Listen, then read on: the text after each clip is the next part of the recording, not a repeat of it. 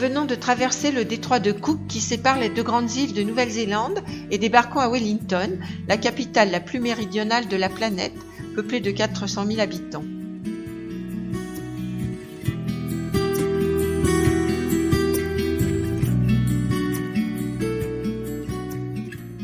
Nichée au fond d'une superbe baie, entourée de montagnes, c'est une ville cosmopolite et décontractée.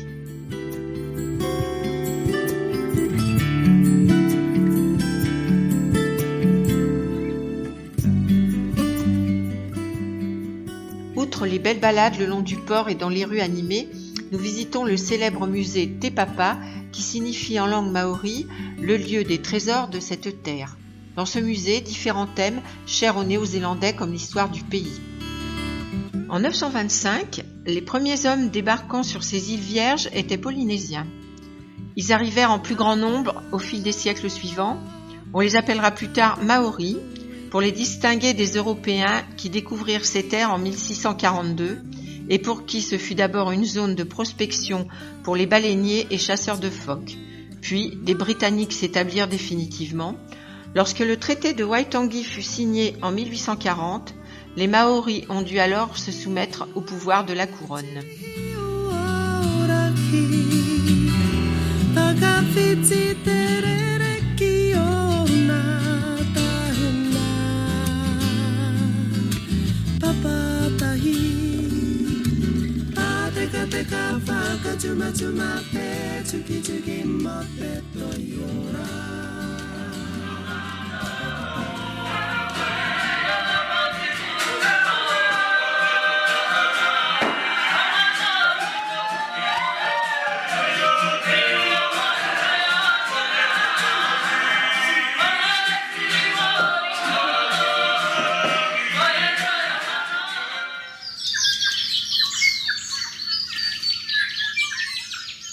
La faune endémique au pays est un autre thème évoqué dans le musée, mais également à Zealandia, une réserve naturelle de conservation des animaux les plus menacés. Elle est située au sein d'une forêt en pleine régénération aux portes de Wellington.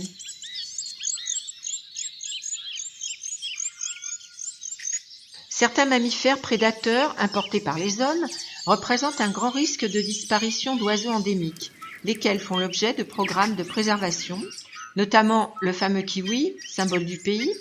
Cet oiseau nocturne est très difficile à rencontrer dans son habitat naturel.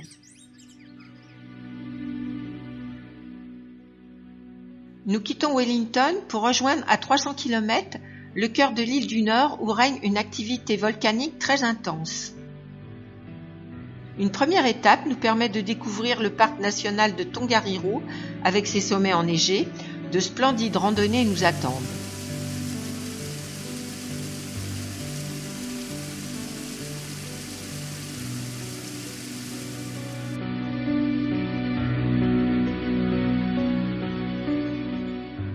Le Tongariro Alpine Crossing, superbe trek de 19 km, nous offre des paysages parmi les plus beaux et impressionnants de Nouvelle-Zélande.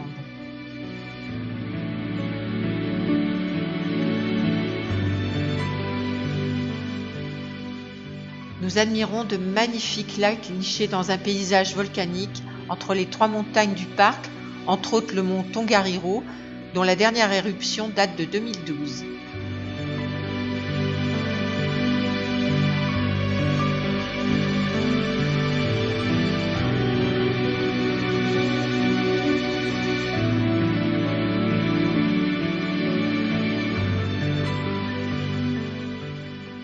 À quelques kilomètres au nord du parc, Taupo et son lac, le plus grand du pays qui alimente la Waikato River.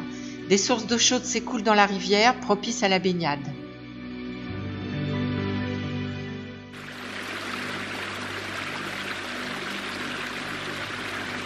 Nous visitons les chutes de Huka Falls, puis la zone géothermique Craters of the Moon, qui nous donnera un avant-goût de notre prochaine étape.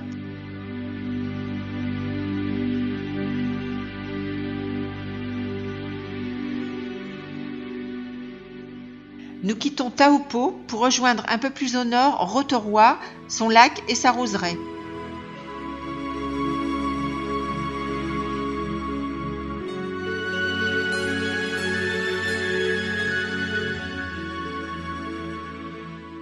La ville est connue pour son importante activité géothermique, à l'origine de splendides curiosités telles que sources d'eau chaude, fumerolles, geysers d'eau et de boue.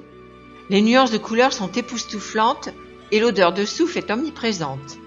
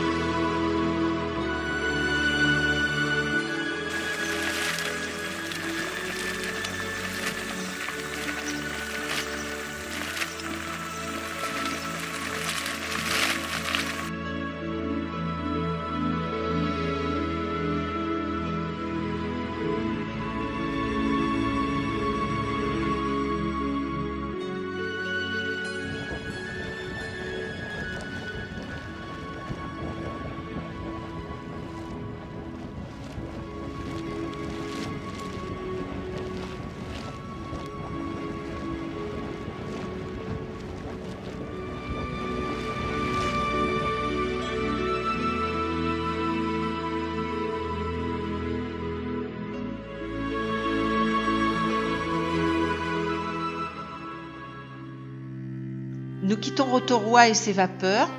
Petite escale sur la plage sauvage de Waihi avant de rejoindre notre destination finale, Auckland, la plus grande ville de Nouvelle-Zélande avec ses 1,5 million d'habitants.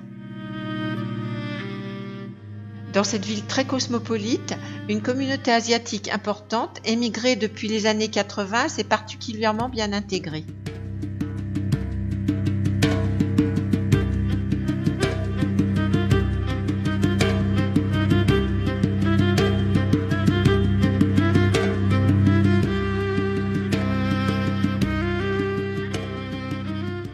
Située sur un isthme, elle est naturellement ouverte sur la mer.